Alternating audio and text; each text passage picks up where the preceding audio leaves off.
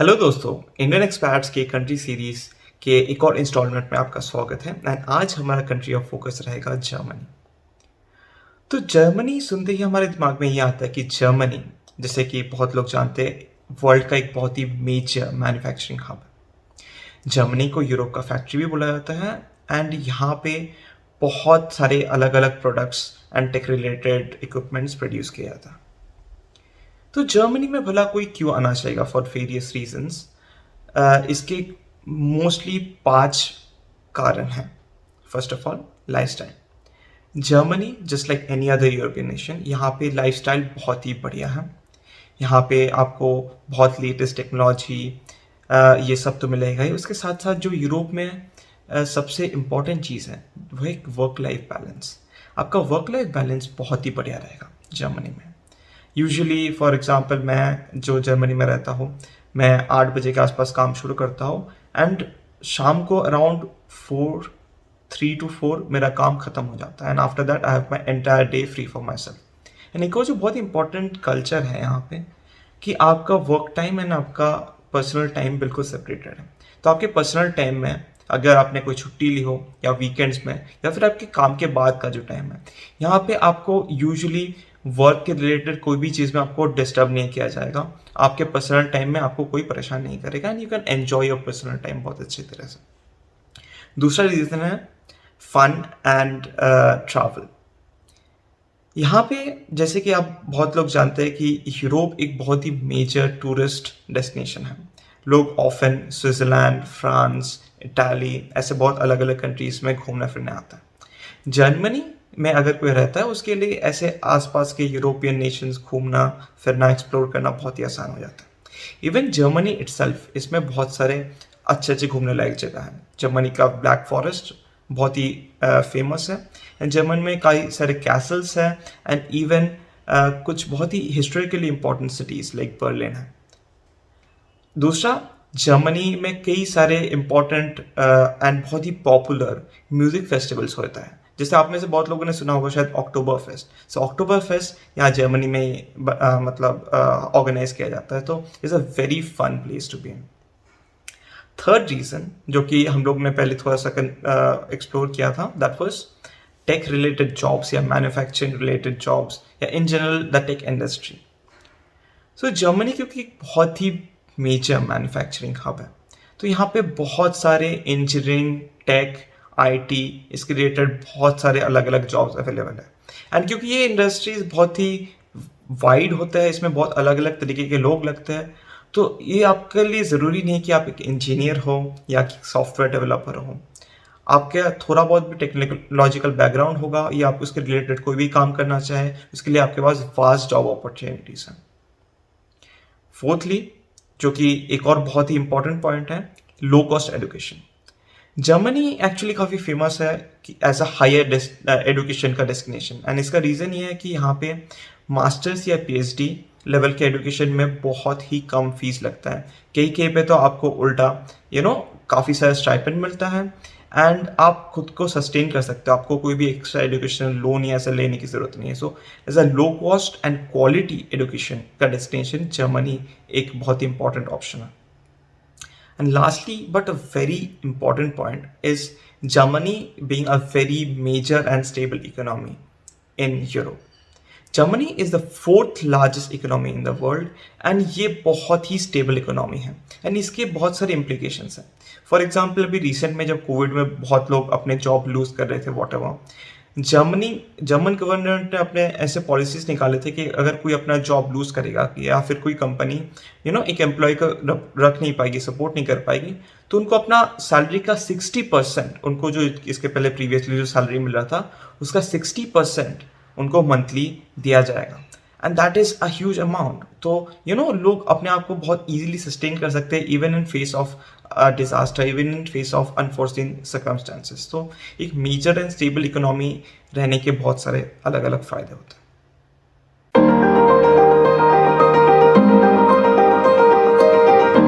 Germany की manufacturing industry बहुत ही prominent है। हर 10 प्रोडक्ट में से एक प्रोडक्ट जर्मनी का होता है जो कि दुनिया में मैन्युफैक्चर होता है। तो जर्मनी एक बहुत ही इंपॉर्टेंट प्लेस है ऐसे पर्सन के लिए जो कि टेक्नोलॉजी में कुछ पढ़ना चाहता है या जॉब करना चाहता है. So if you're interested in technology, if you're interested in finance as well, Germany is a very good place to study as well as for working.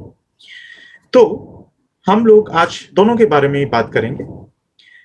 सबसे पहले हम बात करते हैं जर्मनी में एजुकेशन की. सो अगर हम एजुकेशन के मामले से बात करें तो जर्मनी एक बहुत ही बढ़िया जगह है. क्यों? क्योंकि पहली बात, वहाँ के गवर्नमेंट यूनिवर्सिटीज में ट्यूशन फी नहीं होती है, बहुत कम होती है अगर होती भी है तो, और सिर्फ एक सेमेस्टर फीस होती है जो कि बहुत ही ज़्यादा कम होती है. तो यहाँ पे एजुकेशन लेना बहुत ही सस्ता होता है. ऑल्सो यहाँ पे स्टूडेंट्स पार्ट टाइम जॉब कर सकते हैं जिससे वो अपना डेली का जो खर्चा होता है वो भी निकाल सकते हैं. तो actually eight the end of the day आप फ्री में एजुकेशन ले सकते हैं जर्मनी में. आपको सेम डिग्री लेने के लिए अगर आप यूएस जाते हैं, कनाडा जाते हैं, तो आपको बहुत पैसे खर्च करने पड़ते हैं. बट जर्मनी में आपको अगर आपका फैमिली बैकग्राउंड इतना रिच नहीं है तो आपके लिए जर्मनी बहुत ही अच्छी डेस्टिनेशन है. और जर्मनी का एजुकेशन भी वर्ल्ड क्लास है. जर्मनी में टॉप 100 में बहुत सारी यूनिवर्सिटीज हैं और जर्मनी के टेक कोर्सेज, फाइनेंस कोर्सेज बहुत ही अच्छे हैं. और यहाँ पे आप बैचलर्स, मास्टर्स, पीएचडी सबके लिए जा सकते हैं. कुछ कोर्सेज में जर्मन लैंग्वेज की रिक्वायरमेंट होती है जिसके लिए आप सम यूनिवर्सिटी होती है जो जर्मन लैंग्वेज सर्टिफिकेशन प्रोवाइड करती है. आप उससे जर्मन लैंग्वेज सर्टिफिकेशन ले सकते हैं, जर्मन लैंग्वेज सीख सकते हैं, जो कि एक बहुत अच्छी बात होगी. आपको एक लैंग्वेज कोई भी आनी चाहिए. आपके सीवी में एक लाइफ टाइम एडिशन होता है and you also become multilingual.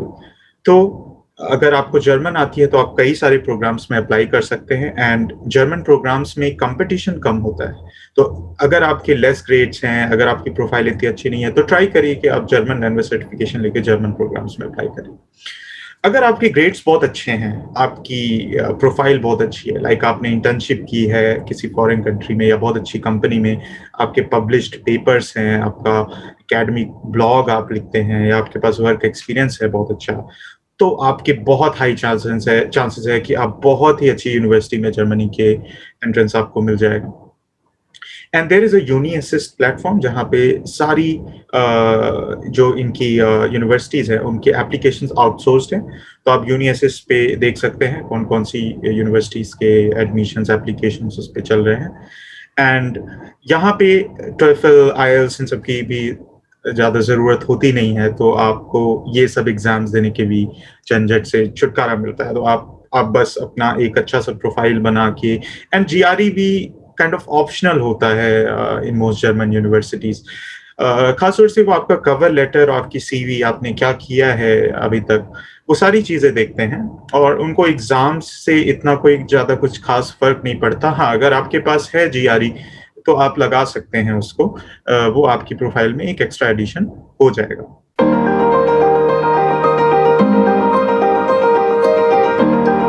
तो हमारा नेक्स्ट पॉइंट है research related jobs in Germany. जैसे कि हम लोग ने पहले डिस्कस किया, जर्मनी एक बहुत ही इम्पॉर्टेंट टेक्नोलॉजिकल लीडर है एंड इसकी वजह से extensive amount of research Germany में कंडक्ट किया जाता है. तो यहाँ पे आपके ट्रेडिशनल रिसर्च रिलेटेड पोजीशंस या जॉब्स जैसे कि कंपनीज में वो तो होते हैं, उसके साथ साथ मास्टर्स एंड स्पेशली पीएचडी यहाँ पे एज अ जॉब ट्रीट किया जाता है. ऐसा क्यों? क्योंकि आपको एक प्रॉपर सैलरी मिलती है, आपके बहुत स्पेसिफिक वर्किंग आवर्स रहते हैं एंड आपको हॉलीडेज भी मिलती हैं. एंड उसके साथ साथ कई सारे अलग जो आपके एम्प्लॉय बेनिफिट्स होते हैं ये भी आपको मिलते हैं. आपको टैक्स भरना पड़ता है, तो you are just like any other employee in a PhD. तो इसके साथ साथ ऑब्वियसली आपके सैलरी लेवल्स या आपको जो रेन्यूमरेशन मिलेगा फॉर अ पीएचडी वो भी बहुत ही अच्छा लेवल का होता है. So PhD is also a research job and उसके साथ साथ कई सारे ट्रेडिशनल रिसर्च जॉब्स जैसे कंपनीज वगैरह में वो तो मिलता ही है. एक और जो बहुत इंपॉर्टेंट पॉइंट है वो है कि यहाँ पे आपको पीएचडी ज़रूरी नहीं है कि आपको एक पीएचडी एक यूनिवर्सिटी में करनी पड़ेगी. कई सारे companies, major companies, for example Siemens आपको एक पीएचडी अपॉर्चुनिटी ऑफर करता है जहाँ पे आप एक प्रोफेशनल, उसके साथ साथ टेक्निकल एक्सपीरियंस, तो एक प्रोफेशनल एक्सपीरियंस कंपनी में काम करते हो, इसके साथ साथ थियोरेटिकल एक्सपीरियंस किसी और यूनिवर्सिटी के साथ टाई अप में.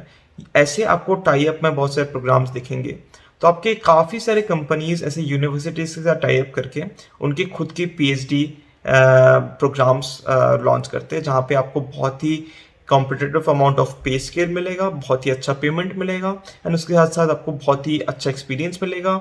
आप स्टेट ऑफ द आर्ट जो अभी इंडस्ट्री में इम्प्लीमेंट किया जाए टेक्नोलॉजी, उसके ऊपर रिसर्च कर पाओगे एंड उसको डायरेक्टली इम्प्लीमेंट कर पाओगे। और एक और जो बहुत ही इंपॉर्टेंट पॉइंट है कि ऐसे जो जॉब्स होते हैं, ऐसे जो पीएचडी अपॉर्चुनिटी होते हैं, वहाँ से आपको यूजुअली ये कंपनीज अब्सॉर्ब कर लेते हैं उनके अंदर। तो आपको आफ्टर कंप्लीटिंग दिस पीएचडी आपको कहीं और जॉब अपॉर्चुनिटी ढूंढना, अलग अलग इंटरव्यूज देना, इसकी ज़रूरत नहीं पड़ेगी। यूजुअली आपको जो कंपनी ऑफर कर रही है पीएचडी, वो ही आपको अब्सॉर्ब भी कर लेगी। तो ये बहुत ही एक अच्छा ऑप्शन है।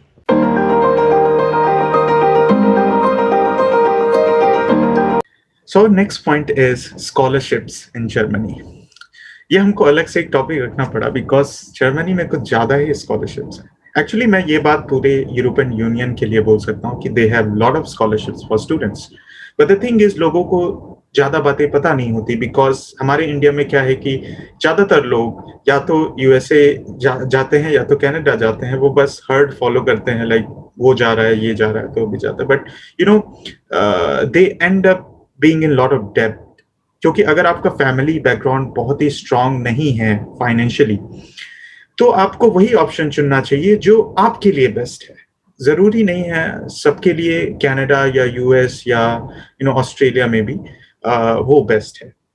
आपको वो चूज करना चाहिए जो आपके हिसाब से बेस्ट है। तो जर्मनी में या पूरे ईयू में बहुत सारे scholarships, like DAAD, one of the most famous scholarships. इसका मैं आपको वॉक थ्रू कराता हूँ। सो ये DAAD स्कॉलरशिप की वेबसाइट है। यहाँ पे आपको पूरा एप्लीकेशन प्रोसेस, रिक्वायरमेंट्स, डेडलाइंस आपको मिल जाएंगे। 2021 के कॉल फॉर एप्लीकेशंस ओपन है। ये बहुत ही बढ़िया स्कॉलरशिप होती है। आपको जर्मनी में स्टाइपेंड भी मिलेगा पढ़ते टाइम। आप सिर्फ पैसा बचाएंगे ही नहीं अपने पेरेंट्स का, but also you will earn at the same time, और may be you will have some savings at the end of the day.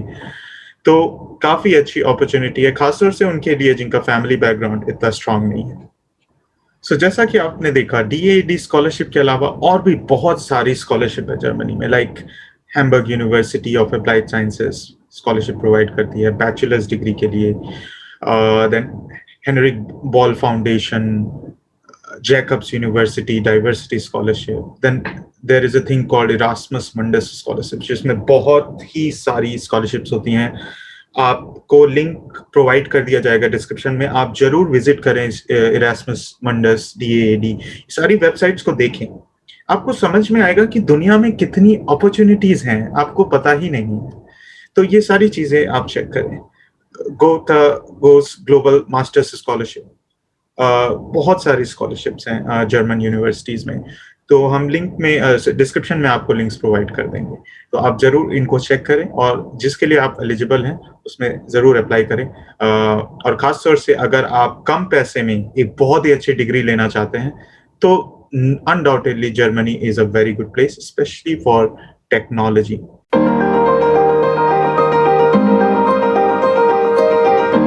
तो हमारा नेक्स्ट जो पॉइंट हम लोग कवर करेंगे, that is visa related tips and information. तो अगर आपके पास पहले से ऑलरेडी कोई जॉब नहीं है, तो उसके लिए जर्मनी एक स्पेशल अपॉर्चुनिटी प्रोवाइड करता है, that is a job seeker visa. तो ये एक ऐसा वीज़ा है जिसको लेके आप जर्मनी में 6 महीने के लिए आ सकते हो। आप यहीं पे रह के जॉब हंटिंग कर सकते हो एंड खुद के लिए एक जॉब ढूंढ सकते हो। इसके कुछ कंडीशंस है। फॉर एग्जांपल, आपके पास ऑलरेडी मिनिमम 5 साल का वर्क एक्सपीरियंस रहना चाहिए एंड आपके पास बैंक में सफिशिएंट फंड होने चाहिए कि आप यहाँ पे आके खुद को सस्टेन कर सकें जितने भी टाइम आप रहना चाहते हो एंड जॉब हंटिंग करना चाहते हो। तो अबाउट मोरलेस 5 to 6 थाउजेंड यूरो जितना फंड्स आपके बैंक में रहना चाहिए। यू हैव टू शो कि आपके पास इतने फंड्स हैं कि आप खुद को सस्टेन कर सकते हैं। एक और जो इम्पॉर्टेंट चीज़ है, that is work related visa. तो अगर आपको ऑलरेडी कहीं ना कहीं से एक जॉब ऑफर मिल चुका है, तो उसके लिए कैसे अप्लाई करें वीज़ा एंड उसका क्या प्रोसेस है। तो फर्स्ट ऑफ ऑल, जर्मनी में 2 तरीके के वीज़ा होता है। एक तो आपका जो नॉर्मल टूरिस्ट वीज़ा होता है वो पूरे यूरोप या फिर पूरे आई वुड से पूरे शेंगन एरिया में एक कॉमन वीज़ा होता है, एंड उसको यूज़ करके आप that is called the Schengen visa, and उसका आप टूरिज्म के लिए यूज़ करते हो, यहाँ पे आके घूमने फिरने के लिए। लेकिन अगर आप जॉब रिलेटेड वीज़ा, मतलब वर्क वीज़ा जिसको बोलते हैं, वो अगर आप अप्लाई करना चाहते हो तो उसको बोलते हैं German national visa. German national visa के लिए आपको फर्स्ट ऑफ ऑल ये देखना पड़ेगा कि अगर आपका फ्रेश आउट ऑफ कॉलेज हो या अगर आपका कम एक्सपीरियंस है, एक बहुत इंपॉर्टेंट पार्ट है कि आपका जो डिग्री है या आपका जो क्वालिफिकेशन है उसका इक्विवेलेंस यहाँ पे चेक करना। सो आपका डिग्री इक्विवेलेंस चेक करने के लिए एक वेबसाइट होता है एनाबिन बोल के, एंड उसका हम लोग एक एग्जांपल में दिखाएंगे उसको कैसे यूज़ करके आपका डिग्री का इक्विवेलेंस क्या है, उसको माना जाता है, नहीं माना जाता है, या फिर उसको कौन से लेवल पे रिकॉग्नाइज किया जाता है, उसको पता लगा सकते हैं। अब हम एक छोटा सा एग्जांपल देख लेते हैं कि हम लोग एनाबिन जो वेबसाइट है इसको डिग्री इक्विवेलेंस निकालने के लिए कैसे यूज़ कर सकते हैं। तो एग्जाम्पल के तौर पर हम लोग मानेंगे हम लोग ने बीकॉम डिग्री किया है फ्रॉम NMIMS मुंबई।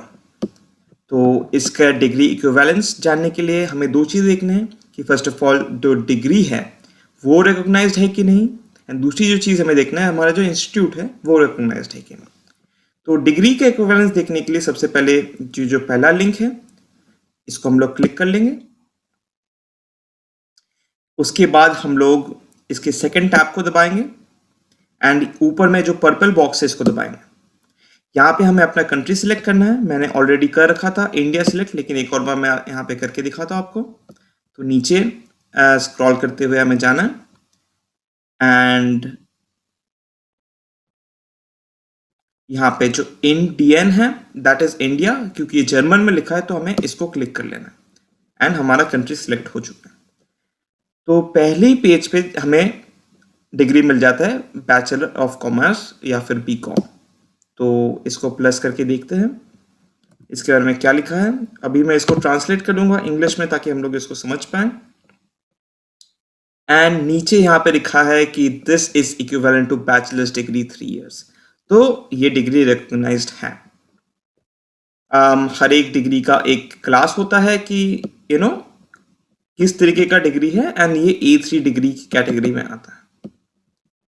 तो मोरलेस इससे ये पता चल गया कि हमारा डिग्री रिकॉग्नाइज्ड है। अभी हमें ये देखना है कि हमारा इंस्टीट्यूट जो था वो रिकॉग्नाइज्ड है कि नहीं। तो उसके लिए हम लोग इस सेकंड लिंक पे चलेंगे इंस्टीट्यूशंस। मैं वंस अगेन यहाँ पे जर्मन पे स्विच कर लूंगा बिकॉज कभी कभार ये साइट अगर आप ट्रांसलेट करके नेविगेट करना चाहते हैं तो थोड़ी दिक्कत देता है। तो यहाँ पे सेकंड टैब वंस अगेन हमें ओपन करना है एंड यहाँ पे जो पर्पल बॉक्स है उसमें वंस अगेन हमें कंट्री सिलेक्ट करना है। तो मैं एक और बार ये करके यहाँ पे आपको दिखाता हूँ। इंडिया सिलेक्ट कर लिया एंड यहाँ पे सारे आगे इंडिया में जो इंस्टीट्यूट्स हैं। तो क्योंकि हमें अभी NMIMS ढूंढना है जो कि मुंबई में है, तो हम लोग यहाँ पे रीजन सिलेक्ट कर सकते हैं। तो M फॉर मुंबई, M दबा लेते हैं एंड हम लोग ने मुंबई महाराष्ट्र इसको सिलेक्ट कर लिया। अभी हमें NMIMS ढूंढना है जो कि हमें सेकेंड पेज पे यहाँ पे मिल जाता है NMIMS, एंड इसको हम लोग अभी प्लस दबा लेंगे एंड यहाँ पे उसके बारे में सब लिखा हुआ है एंड इसका स्टेटस है H+। तो H+ का मतलब है, इसको एक और बार ट्रांसलेट कर लेते हैं कि these institutions of this type are largely recognized as universities। मतलब H+ मतलब आपका यूनिवर्सिटी या आपका जो इंस्टीट्यूशन है दैट इज रिकॉग्नाइज्ड। तो हम लोग ने दो चीजें देख ली कि हमारा इंस्टीट्यूशन जो है दैट इज रिकॉग्नाइज्ड और हमारा जो डिग्री है that is recognised. This should be good enough आपको कहीं भी आपका डिग्री इक्विवेलेंस अगर चेक करना है तो। एक और जो इम्पोर्टेंट पार्ट होती है that is called the ZAV clearance. Usually काफ़ी सारे हाई पेइंग जॉब्स वगैरह के लिए आपको इसकी ज़रूरत नहीं पड़ती है, बट आप आपके कंपनी को बोलिए फिर भी एक ZAV क्लियरेंस के लिए अप्लाई करने को। एंड यूजुअली जैसे कि मेरे केस में था, I was applying for blue card visa and इसके लिए ZAV क्लियरेंस नहीं ज़रूरत होता है। एंड वहाँ पे उनके एम्प्लॉयमेंट एजेंसी से, तो ZAV is basically clearance from there employment agency, and वहाँ से एक लेटर लिख के आ जाता है कि आप जिस जॉब के लिए अप्लाई करना चाहते हो उसके लिए आपको ZAV क्लियरेंस नहीं चाहिए। एंड अगर आपको चाहिए तो फिर वो लोग एक क्लियरेंस भी इशू कर देते।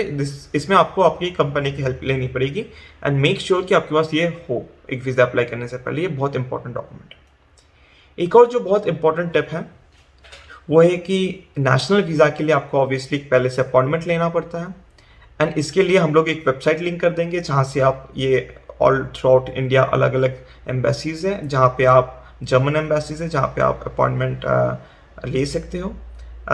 यूजुअली नेशनल वीज़ा के लिए जो प्रोसेस है उसमें आपको एम्बेसी में फिजिकली जाना पड़ता है with all the documents so on and so fourth.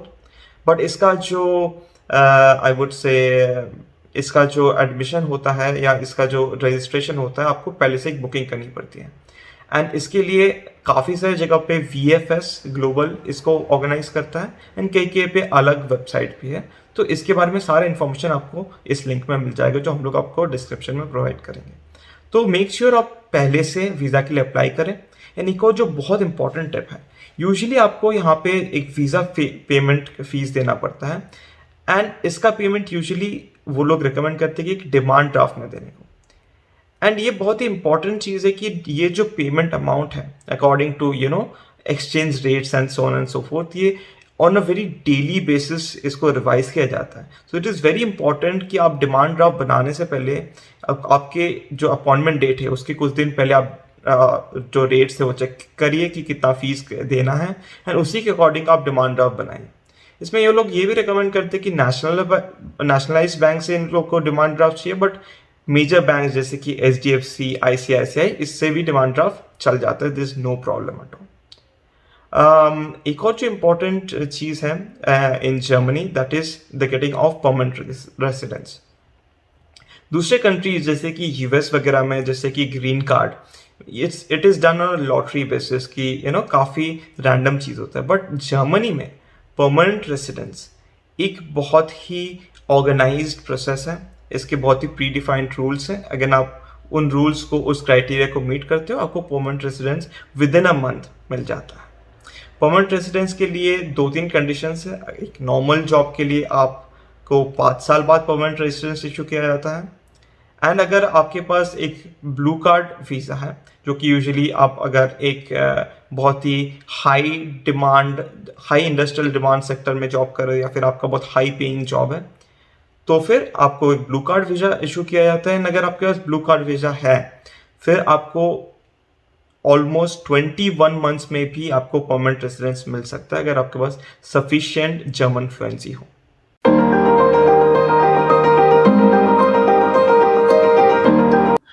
अब आते हैं आज के हमारे लास्ट टॉपिक पे जो कि है job hunting in Germany.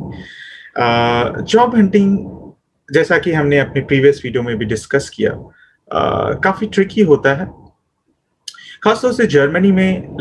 Germany में इतना आसान नहीं होता है कि आप इंडिया से डायरेक्ट जर्मनी में आप जॉब कर पाएं। इसके कई सारे रूट होते हैं, जैसे कि आप स्टडी वीज़ा पहले लेते हैं, जैसा कि हमने डिस्कस किया। आप वहाँ पे मास्टर्स डिग्री या बैचलर्स डिग्री कुछ भी करते हैं एंड देन आपको वहाँ पे जॉब मिलती है एंड देन आपको वीज़ा आसानी से मिल जाता है। एक और तरीका होता है जॉब सीकर वीज़ा, जिसके बारे में हम ऑलरेडी डिस्कस कर चुके हैं आज। यहाँ पे स्टेम डिग्रीज में like science, technology, engineering, mathematics, इसमें जॉब्स काफ़ी होती हैं। तो अगर आप इनमें कोई भी डिग्री लेते हैं यहाँ पे तो आपको जॉब आसानी से मिल सकती है। सबसे पॉपुलर प्रोफेशनल नेटवर्क जहाँ पे आप अपना नेटवर्क बना सकते हैं आर लिंक्डइन एंड जिंग।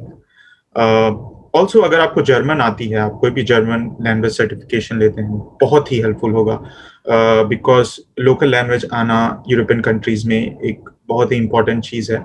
कोई भी आपको अगर फ्रंट ऑफिस रोल या फ्रंट डेस्क जॉब करनी है तो आपको लैंग्वेज आनी चाहिए। जिसमें भी आपको क्लाइंट्स के साथ बातें करनी है तो आपको जर्मन लैंग्वेज आना ज़रूरी है। Tech jobs like jobs related to computer science, इन सब चीज़ों में कभी कभी लैंग्वेज की रिक्वायरमेंट नहीं होती है। हाँ, जर्मनी में एक चीज बहुत इंपॉर्टेंट है, ये सिर्फ और सिर्फ सीवी नहीं देखते हैं, ये कवर लेटर भी देखते हैं। तो आप कोई भी जॉब के लिए अप्लाई करें इसमें कवर लेटर जरूर दें। कवर लेटर में आप सिर्फ ये ना मेंशन करें कि आपने क्या किया है, आपने ये किया है, वो किया है। आपको ये भी मेंशन करना है कि कैसे आप कंपनी के लिए यूजफुल हो सकते हैं। सिर्फ आपको ये नहीं मेंशन करना है कि आपने क्या किया है, बट आप कैसे कंपनी के लिए यूजफुल हो सकते हैं। How can you adopt to German culture. तो ये सारी चीज़ें आप उसमें मेंशन करें। Try to give an impression that you have long term interest in Germany. दूसरा, आप अगर ईमेल लिख के भी एम्प्लॉयज़ को, लाइक कंपनीज़ के या एचआर के ईमेल्स पे आप मेल्स भेज सकते हैं, जो कि प्रॉपर्ली स्ट्रक्चर्ड होने चाहिए।